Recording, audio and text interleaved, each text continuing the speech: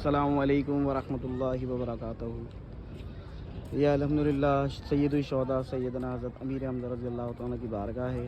یہ مسجد الحمزہ ہے جو سید الشہداء سیدنا حضرت امیر حمزہ رضی اللہ تعالیٰ کی بارگاہ میں موجود ہے، اور یہ جالیاں ہیں، جالیوں کے اندر سید الشہداء سیدنا حضرت امیر حمزہ رضی اللہ تعالیٰ کی قبر مبارکہ ہے۔ آپ کے قدموں کے پاس دو صحابی رسول حضرت مصعب بن عمیر اور حضرت حنظلہ بن فاسق رضی اللہ تعالیٰ عنہ ہیں، اور اسی کے سیدھے ہاتھ کی طرف ایک بڑی قبر ہے جس میں 72 سے 70 صحابی رسول اجتماعی طور پہ اللہ کے حبیب نے ان تمام صحابہ جو شہید ہوئے تھے احد کے مقام پہ، ان تمام کو اللہ کے حبیب نے بنا کفن کے، ان کے جسموں پہ جو خون تھا اور جو جسموں پہ ان کے لباس تھے اسی کے ساتھ اللہ کے حبیب نے ان کو مدفن فرمایا۔ اور انشاءاللہ ابھی میں آپ کو آگے سے دکھاتا ہوں وہ تینوں قبر مبارکہ۔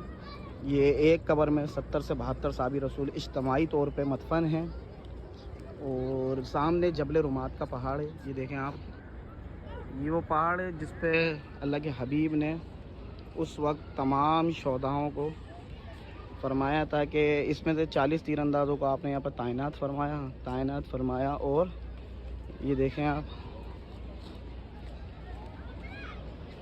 یہ آپ کو ایک بڑی قبر نظر آ رہی ہوگی، یہ وہ بڑی قبر، یہ بڑی قبر ہے۔ اور اسی کے آگے انشاءاللہ ابھی آگے چلتا ہوں تو آپ کو ایک اور قبر دکھاتا ہوں۔ اس میں 70 سے 72 صحابی رسول موجود ہیں، اور یہ وہ جبل رمات کا پہاڑ ہے۔ جب احد کی جنگ میں اللہ کے حبیب نے یہاں 40 تیر انداز کو تعینات فرمایا، اور فرمایا جنگ کی جو بھی صورت حال ہو آپ نے نیچے نہیں اترنا۔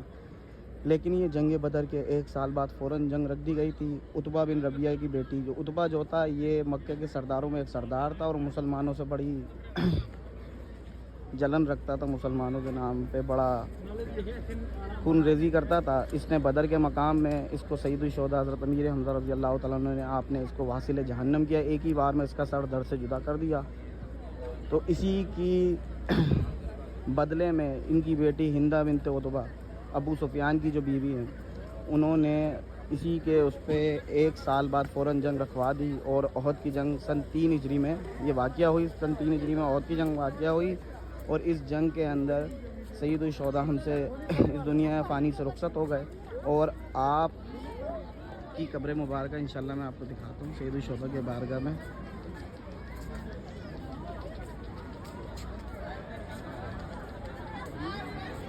وہ دیکھیں ایک اوپر جو بڑا ایک قبر مبارکہ بنی ہوئی ہے وہ سید الشہداء سیدنا حضرت امیر حمزہ رضی اللہ تعالیٰ کی قبر مبارکہ ہے، اور آپ کے قدموں میں دو صحابی رسول حضرت مصعب بن عمیر حضرت حنظلہ بن فاسق رضی اللہ تعالیٰ عنہ ہیں۔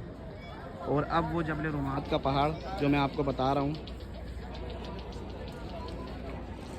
یہ وہ جبل رمات کا پہاڑ ہے جہاں اللہ کے حبیب نے 40 تیر اندازوں کو تعینات فرمایا، اور فرمایا جنگ کی جو بھی صورت حال ہو آپ نے یہاں سے نہیں اترنا۔ لیکن مسلمانوں کی غربت کا وقت تھا، مسلمانوں میں جب جنگ شروع ہوئی تو مسلمانوں نے کافروں پر زوردار وار کیا، جس کی وجہ سے کافر میدان چھوڑ کے بھاگنے لگے۔ تو مسلمان سمجھے ہم جنگ جیت گئے، اور اس میں سے 31 صحابی رسول 31 صحابی رسول نیچے اترے مال غنیمت اٹھانے کے لیے۔ تو اس پہ جو 9 صحابی رسول تھے وہ رکے رہے۔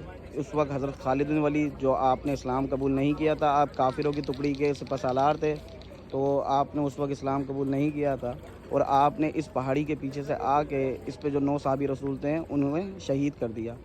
ہمارے علماء کرام فرماتے ہیں ادب کے تقاضے کی وجہ سے کہ اس پہ نہیں چڑھنا چاہیے، کیونکہ اس پہ شہداء کا لہو مبارک گرا ہے، اور ہمارے ناپاک پاؤں اس پہ لگیں گے تو یہ ہمارے لیے اچھی بات نہیں ہے۔ تو یہ وہ سید الشہداء کی بارگاہ ہے جہاں پہ یہ مسجد ہے۔ اللہ تعالیٰ آپ کو یہاں آنا نصیب فرمائے، سید الشہداء کی بارگاہ میں سلام پیش کرنا نصیب فرمائے۔ آج جمعرات کا دن ہے، بدھ کا دن ہے، سید الشہداء کی بارگاہ میں حاضری ہوتی ہے، کیونکہ اللہ کے حبیب ہر بدھ کے دن آپ سید الشہداء کی بارگاہ میں آتے اور آپ کے لیے فاتحہ خوانی کرتے، تمام شہداؤں کے لیے فاتحہ خوانی کرتے۔ السلام علیکم ورحمۃ اللہ وبرکاتہ۔ میں حمزہ، مدینہ شریف۔